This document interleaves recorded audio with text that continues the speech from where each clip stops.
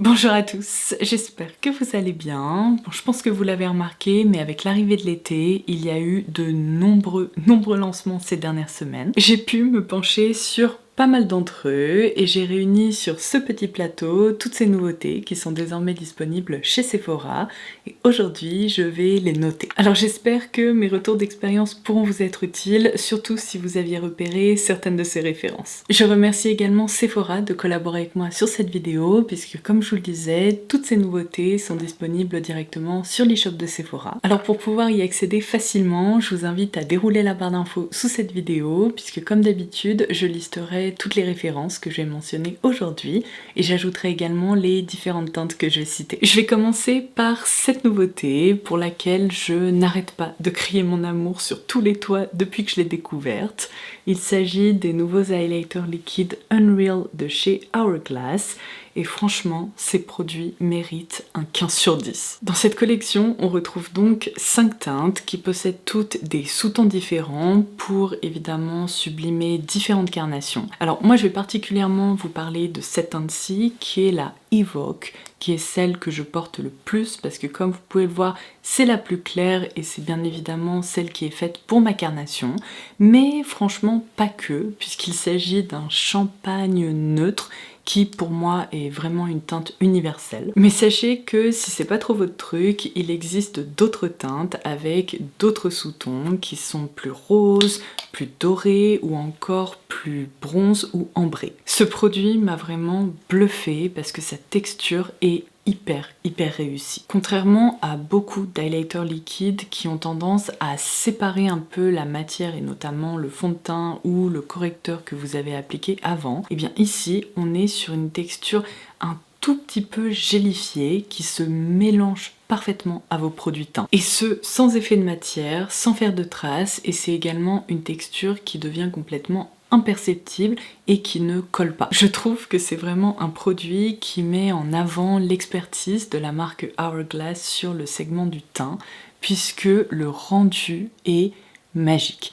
Il est vraiment élégant, il est naturel et pourtant très lumineux. Alors moi je dois vous avouer qu'au quotidien, une toute petite goutte comme ça, alors oui c'est un petit mécanisme très sympa où il faut pousser en bas pour faire sortir le produit. Donc ce que j'étais en train de vous dire, c'est que vous voyez là cette toute petite goutte, et bien c'est amplement suffisant pour réussir à justement highlighter les points de lumière du visage. Non mais regardez comme la texture se fond de façon uniforme. Alors là comme ça réfléchit la lumière mais un truc de fou. Mais quand on la travaille sur la peau, ça crée vraiment un effet soyeux qui est sublime. On a l'impression d'avoir ajouté un voile qui est très fin, très naturel et pourtant absolument magnifique. Alors évidemment, pour réussir à obtenir un rendu aussi élégant, on ne retrouve strictement aucune paillette dans cette texture. C'est vraiment un produit qui mise sur un fini perlé qui réfléchit vraiment naturellement la lumière. Comme vous pouvez le voir sur mon visage, c'est aussi un produit qui se diffuse parfaitement et qui ne laisse pas de grosses traînées là où on l'a appliqué. Et je pense vraiment que si vous faites partie de ceux et celles qui n'apprécient pas les highlighters stick ou liquides parce que vous n'aimez pas les textures baumées, celui-ci va vous réconcilier avec cette catégorie de produits parce que comme je vous le disais, vous voyez, ça ne colle pas, il n'y a absolument aucun effet émollient ou gras ou collant, c'est merveilleux, vraiment ça se fond dans la peau. Ensuite, un produit de skincare que je voulais absolument mentionner parce que je pense qu'il va ravir les fans de la marque Tatcha. Il s'agit du soin hydratant Dewy Milk. Alors, vous pouvez considérer que ce produit, c'est tout simplement une version plus légère et plus liquide de la Dewy Cream qu'on ne présente plus. J'imagine que vous allez reconnaître ce packaging. Lorsque je m'en suis servi, j'ai plutôt eu tendance à m'en servir le soir parce que c'est vrai que le matin, eh bien, je la trouvais un petit peu trop riche à mon goût. Je trouve que tous les fonds de teint ne se comportent pas tout à fait de la même façon lorsqu'on applique une bonne couche de cette crème en dessous.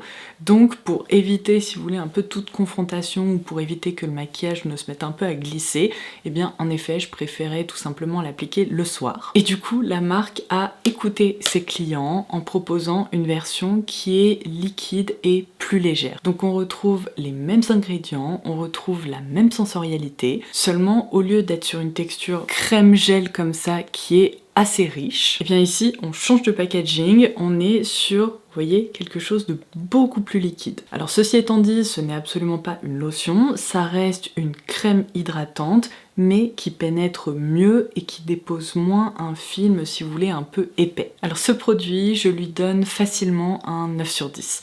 Je trouve que sa texture est vraiment au point, elle a été très bien travaillée. C'est aussi une version qui est bien plus agréable pour les journées qui sont plus chaudes, donc durant le printemps-été. Je pense que c'est aussi un produit qui va réussir à séduire un public plus large. Je lui ai juste retiré un petit point puisque vous le savez peut-être, mais la version en pot est rechargeable alors que ce n'est pas le cas de ce nouveau packaging et c'est une petite opportunité manquée. Alors ensuite sur mon petit plateau, vous avez peut-être aperçu ces deux fonds de teint et là c'est même pas fait exprès mais ils proposent tous les deux le même fini, à savoir un rendu mat naturel. Donc il y a tout d'abord le fond de teint True to Myself de Rare Beauty et le nouveau Natural Matte Longwear Foundation de NARS. Alors avant que je partage avec vous ma notation de ces produits, gardez en tête que moi j'ai une peau sèche à tendance déshydratée et que généralement j'évite absolument les fonds de teint mat parce qu'ils ont tendance à beaucoup marquer et à tirailler en fait sur mon visage. Donc si vous avez la peau mixte à grasse, je pense que votre notation pourrait être très différente de la mienne, voire même potentiellement opposée à la mienne. Mais le fond de teint Rare Beauty,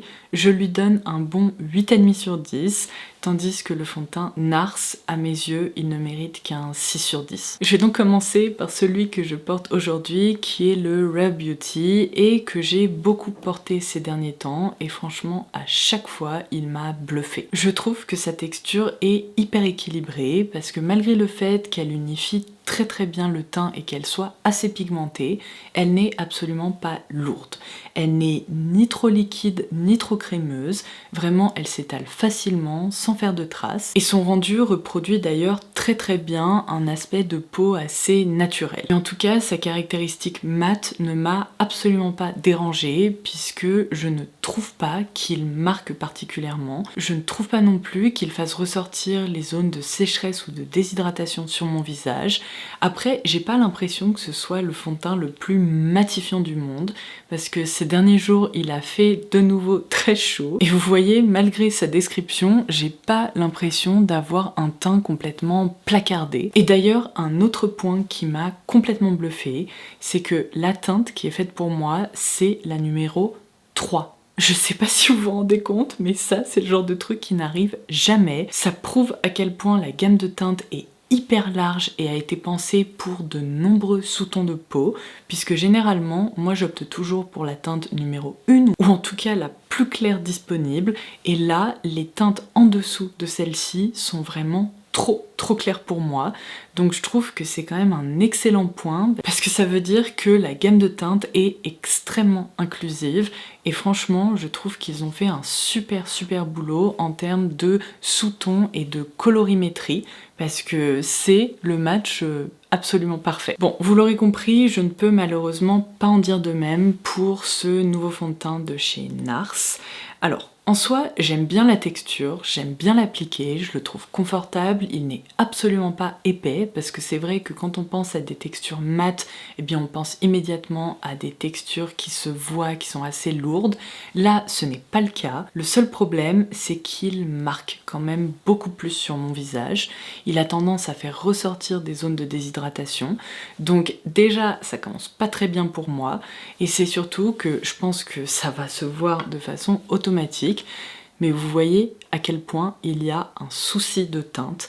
Je ne sais pas pourquoi, chez NARS, je n'ai jamais réussi à trouver un fond de teint qui matche aussi parfaitement que celui-ci par exemple sur ma peau.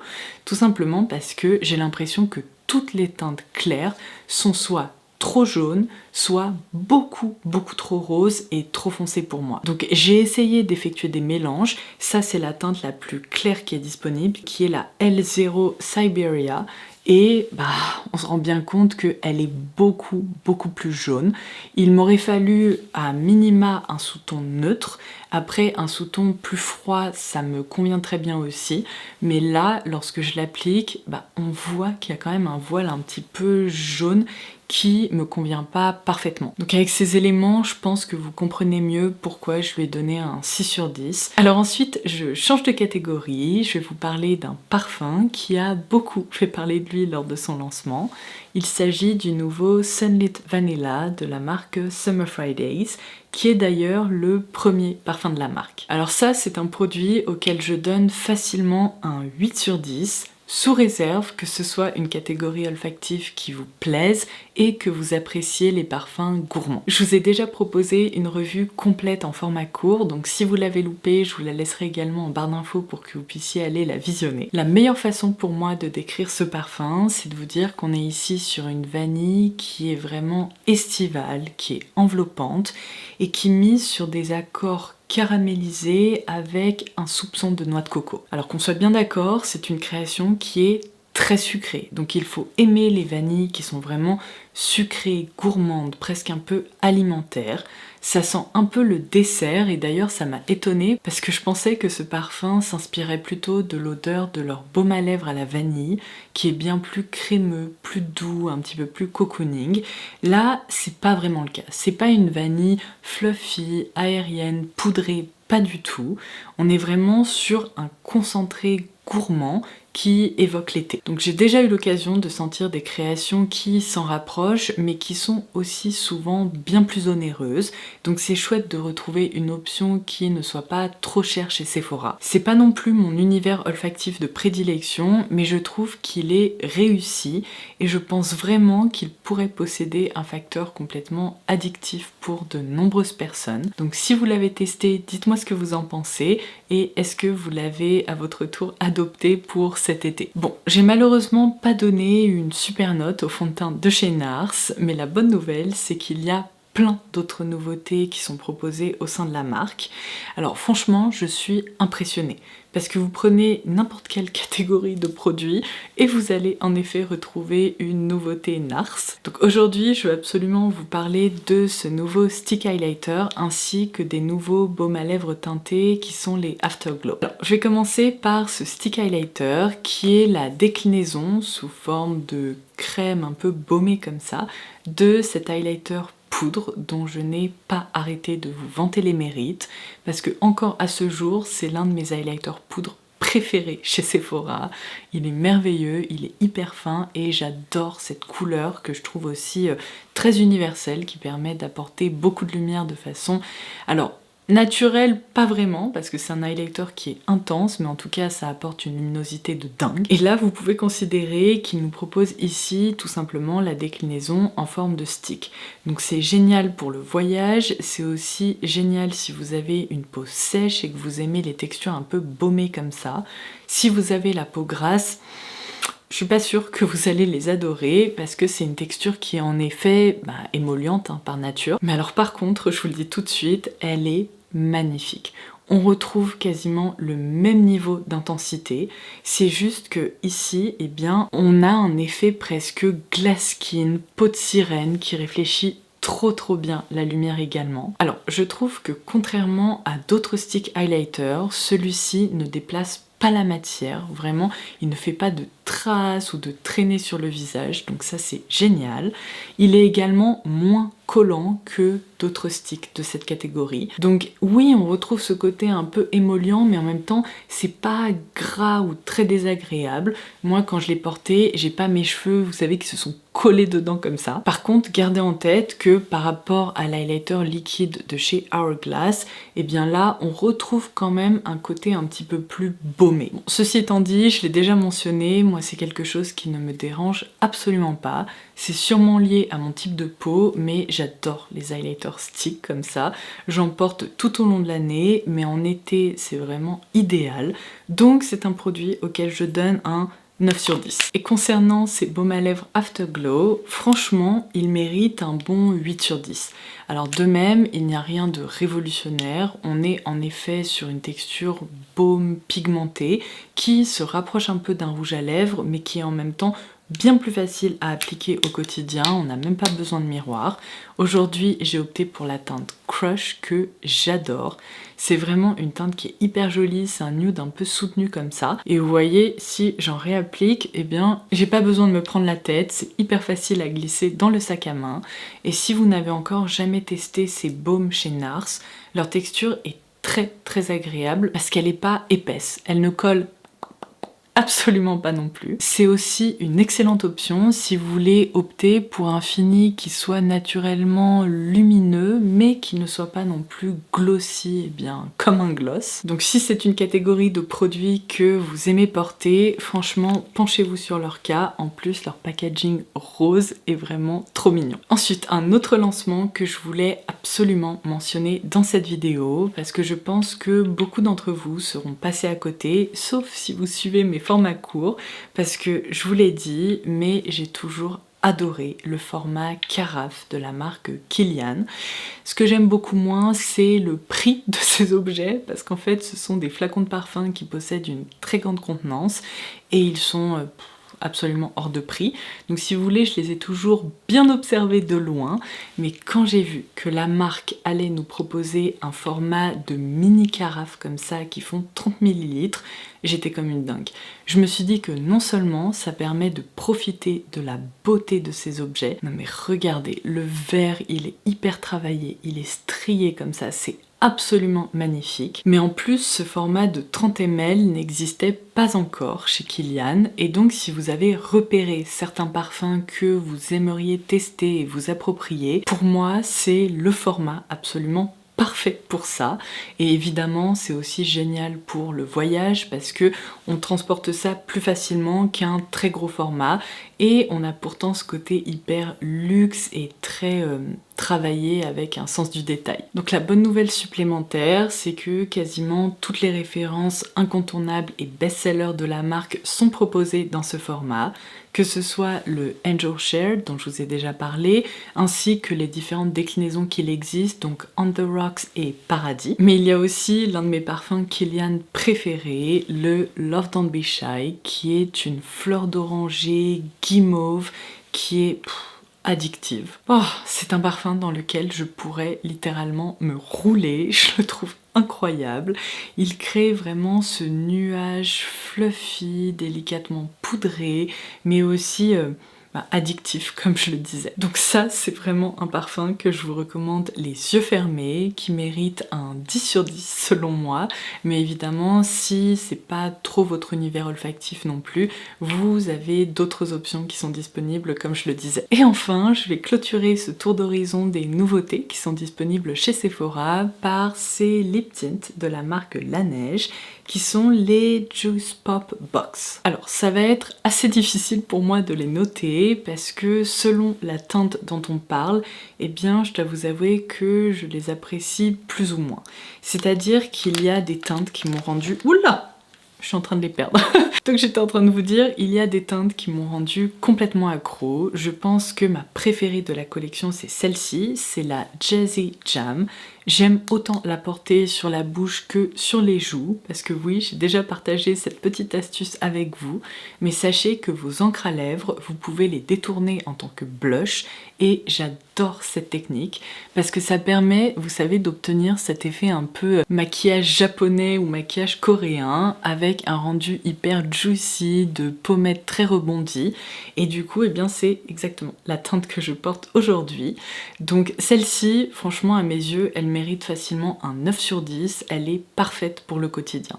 Par contre, il y a d'autres teintes qui m'ont un peu déçue, particulièrement en termes de sous-ton, et qui, à mon sens, méritent plutôt un 6 sur 10, peut-être 7 sur 10 on va dire. Ce sont des teintes vers lesquelles j'ai plus de mal à me tourner, mais ça c'est très personnel parce qu'évidemment toutes les teintes ne nous vont pas de la même façon, donc il faudrait en fait que vous puissiez trouver une teinte qui vous plaît tout particulièrement dans cette collection. En tout cas si cette gamme vous intéresse, et pour vous aider je vous ai justement proposé un format court dans lequel je swatch toutes les teintes de cette collection et je vous montre le rendu sur ma bouche en les comparant au swatch officiel sur le site de Laneige. Mais si vous êtes curieux et curieuse, les 3 teintes que j'ai le plus portées ces derniers temps, c'est donc la Jazzy Jam, ma numéro 1, la Popstar Peach, que je trouve vraiment très jolie, et c'est pas un pêche trop prononcé, il est un petit peu muté, il est très sympa, ainsi que la Mocha Remix, mais ça je dirais que pour moi c'est plutôt une teinte d'automne-hiver. Et c'est tout ce que j'avais à partager avec vous aujourd'hui. J'espère que cette vidéo vous aura plu et qu'elle aura pu vous être utile. Comme je vous le disais, n'hésitez pas à dérouler la barre d'infos si certains de ces produits vous intéressent. Je vous laisserai comme d'habitude des liens directs vers chacun d'entre eux et n'hésitez pas avant de partir à me laisser un petit commentaire pour me dire qu'est-ce que vous avez testé récemment parmi la sélection de nouveautés disponibles chez Sephora et qu'est-ce qui vous a particulièrement plu ou déplu. En attendant ma prochaine vidéo, je vous embrasse très très fort et je vous dis à très vite. Bye bye.